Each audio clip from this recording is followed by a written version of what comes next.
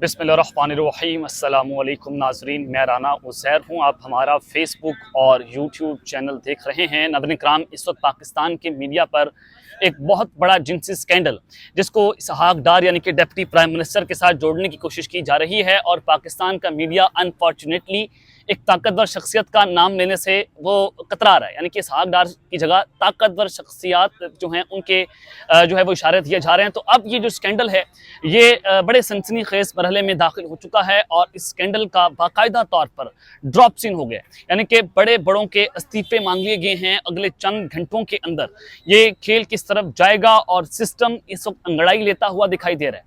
System में कुछ ड्रामाई तब्दीलियां होने को हैं। तो अब ये इस्लामाबाद के अंदर क्या चमकोइयां हैं, और अगले चंद घंटों के अंदर पाकिस्तानी सियासत का रुख किस तरफ जाता हुआ दिखाई दे रहा है, ये तमाम तर डिटेल्स आपके सामने रखना इस वक्त बहुत ज़रूरी है। क्योंकि ये कहा जा रहा था कि कुछ इंटरनेशनल और नेशनल लेवल पर कुछ जिनसी स्कैंडल्स आएंगे। अब उसकी भरमार हो गई है। न सिर्फ जिनसी स्कैंडल्स की बल्कि वीडियोज़ की बाज़गश्त है। क्या होने जा रहा है, कुछ तस्वीर जो हैं वो इस वक्त सामने आई हैं, वो डिटेल्स भी आपके सामने रखी जाएंगी कि इस वक्त ताकतवर जो हैं वो जनाब तप गए।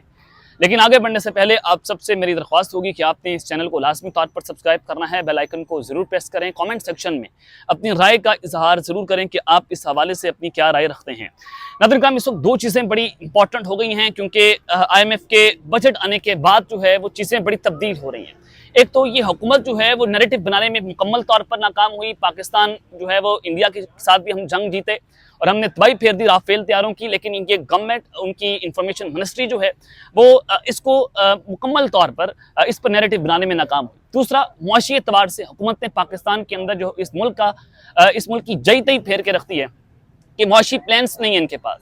जब पैसा मुल्क में ख़त्म होता है तो लेवीज लगाकर पेट्रोल की कीमतें बढ़ाकर गरीब आदमी की जेबों के ऊपर डाका मारा जाता है, और डाके मारकर जो है वो लेवीज की मद के अंदर आप सूरत हाल का अंदाज़ा लगा सकते हैं कि गरीब आदमी से अरबों रुपए जो है वो इन्होंने निकाला।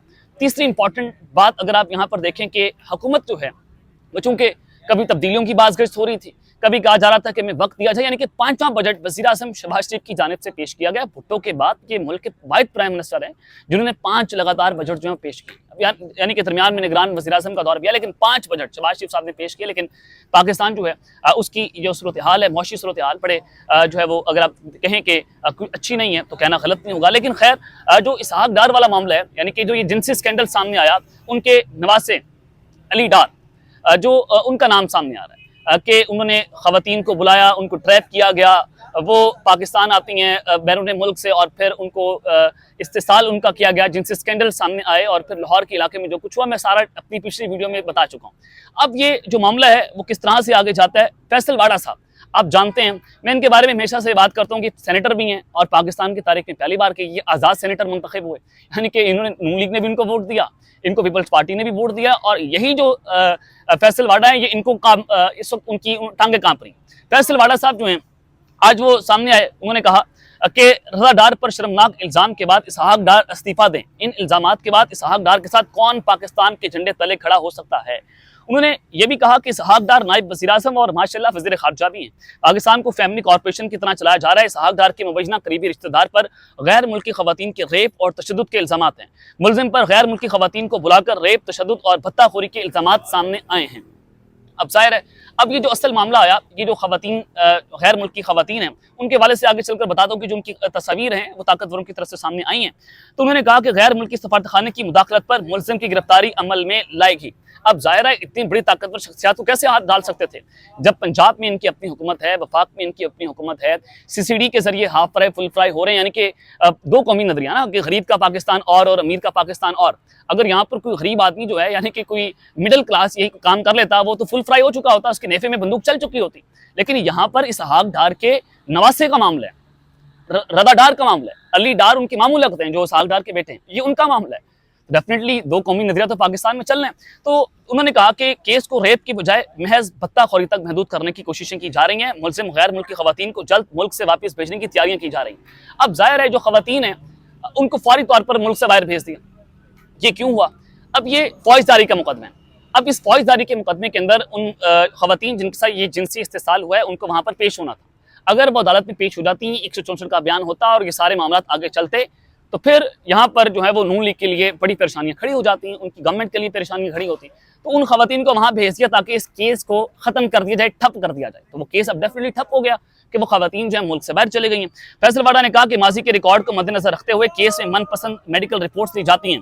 जमहूरियत के नाम पर 500 अफराद की एलीट क्लास ने पूरे मुल्क के ऊपर कब्जा किया हुआ है। जमहूरी जमातों और जमहूरी जनासों को बेनकाब करता आ रहा हूँ।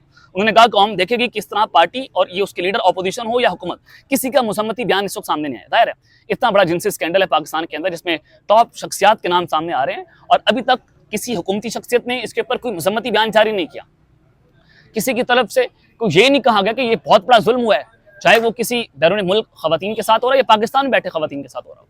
ये लेकिन ना हमारा मीडिया बात कर रहे हैं, ना हमारे सियासतदान इसके ऊपर बात कर रहे हैं, और तो और पाकिस्तान तहरीक इंसाफ इस अपोजिशन के अंदर बैठी है। इतना बड़ा जिनसी स्कैंडल आ गया हुकूमत का और हमारी पीटीआई जो है वो खामोश बैठी हुई है। यानी कि उनकी एक मुतालबा है कि जनाब साड़ी मुलाकात करा दी जाए, उनकी मुलाकात होनी नहीं।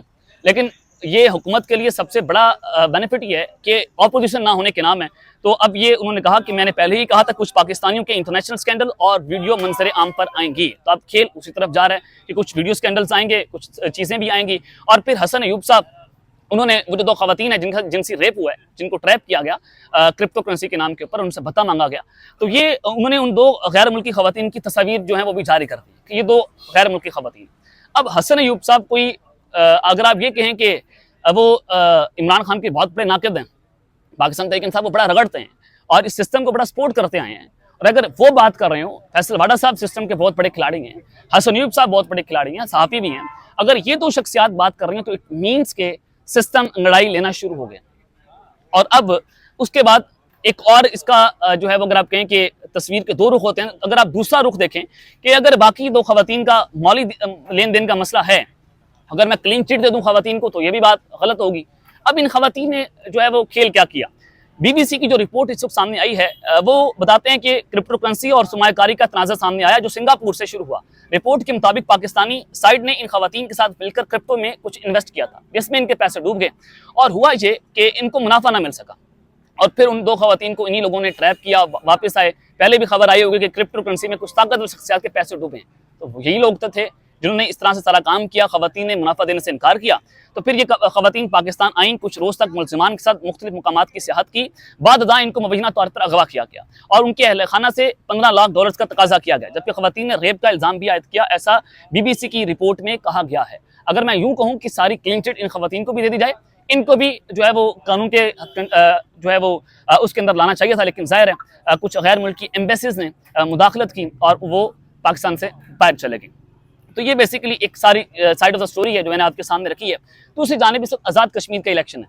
ये फैसला तो हो चुका है कि पाकिस्तान तहरीक इंसाफ को पॉलिटिकल स्पेस मिल नहीं रही, ना पीटीआई को जीबी देना था, ना कश्मीर देना था, और अब पाकिस्तान तहरीक इंसाफ सोच रही है कि हम जो है वो इंतखाबी जो ये सियासत हो रही है या फिर ये इंतखाबात हो रहे हैं, हम इसका बाइकआउट करते हैं। लेकिन किसी भी पॉलिटिकल पार्टी को बाइकआउट तो करना नहीं चाहिए, और ये उनका एक हुस्न है कि चलें आपके ऊपर बुरा वक्त है लेकिन आप मैदान में तो आए ना। लेकिन पीटीआई जो मैदान से भागती हुई दिखाई दे रही है और मुलाकातें भी बंद है, मुलाकातें भी खुद बंद करवाई गई कि कहीं जेल से कोई हुक्म ना आ जाए और फिर इनको असम्बली से इस्तीफे न देना पड़ जाए, सड़कों की तरफ ना जाना पड़ जाए, तो ये इस वजह से मुलाकातें भी रुकवाई गई हैं। लेकिन आज़ाद कश्मीर के अंदर भी एक बड़ी इंपॉर्टेंट चीज़ हुई, और इस्तेकाम पाकिस्तान पार्टी वो एक नई बाप पार्टी के तौर पर सामने आई है। जैसे पहले बाप पार्टी का किरदार था, अब इस्तेकाम पाकिस्तान पार्टी का किरदार है।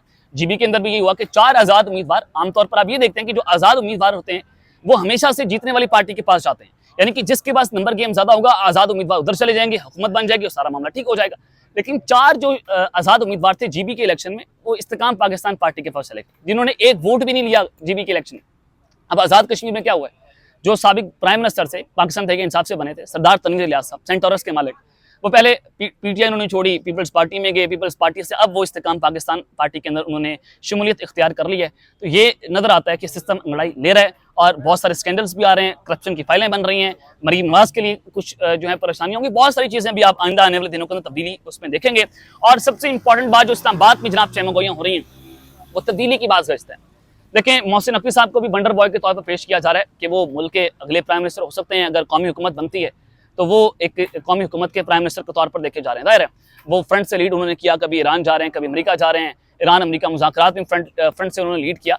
तो ये भी आप इसको निगलेक्ट नहीं कर सकते कि मोहसिन नकवी साहब जो हैं एक वंडर बॉय हैं और बड़ा कॉम्पिटेंट हैं, और बड़े अच्छे तरीके से उन्होंने काम किया सिस्टम के अंदर रहकर। लेकिन दूसरी इंपॉर्टेंट बात, उससे पहले कुछ बड़ी तब्दीलियाँ होनी है, कुछ नए चेहरे सामने आएंगे, और कुछ वुज़रा की छुट्टी होने जा रही है, और कुछ वुज़रा को घर जाना पड़ेगा, कुछ की रिप्लेसमेंट होगी। तो ये आखिरी मौका गवर्नमेंट को दिया गया कि जनाब हमने 5 साल आपको दिए, लेकिन आपने डिलीवर नहीं किया, नैरेटिव नहीं बना पाए, मशहद आपने तबाह कर दी, और सारा कुछ जब हमने ही करना है तो फिर आपको क्या फ़ायदा, फिर आप घर चले जाएं। आप बैठकर इधर करप्शन कर रहे हैं, माल बना रहे हैं, प्रोटोकॉल एंजॉय कर रहे हैं, आप कर क्या रहे हैं जब डिलीवर नहीं है, आवाम के अंदर बयानिया नहीं बन पा रहा। और आपके लिए हमने 17 सीटों वालों को वज़ीर-ए-आज़म बना दिया, वहाँ पर 2 तिहाई थी, हमने उनकी वो 2 तिहाई खत्म कर दी। तो अब ये जो है सिस्टम है वो अंगड़ाई लेना शुरू हो गया है। सिस्टम जो है वो मज़ीद ये चाहता है कि कुछ तब्दीलियाँ हों, और अगर मज़ीद ये गवर्नमेंट फ्लॉप होती है तो फिर काम जो है वो कौमी हुकूमत की तरफ भी जाएगा। ये इस्लामाबाद के अंदर कुछ डिस्कशन जो है वो हो रही हैं। अब तक के लिए इतना ही, अपना ख्याल रखिएगा, और इस चैनल का आप लाज़मी तौर पर ख्याल रखने के बाद पाकिस्तान जिंदाबाद।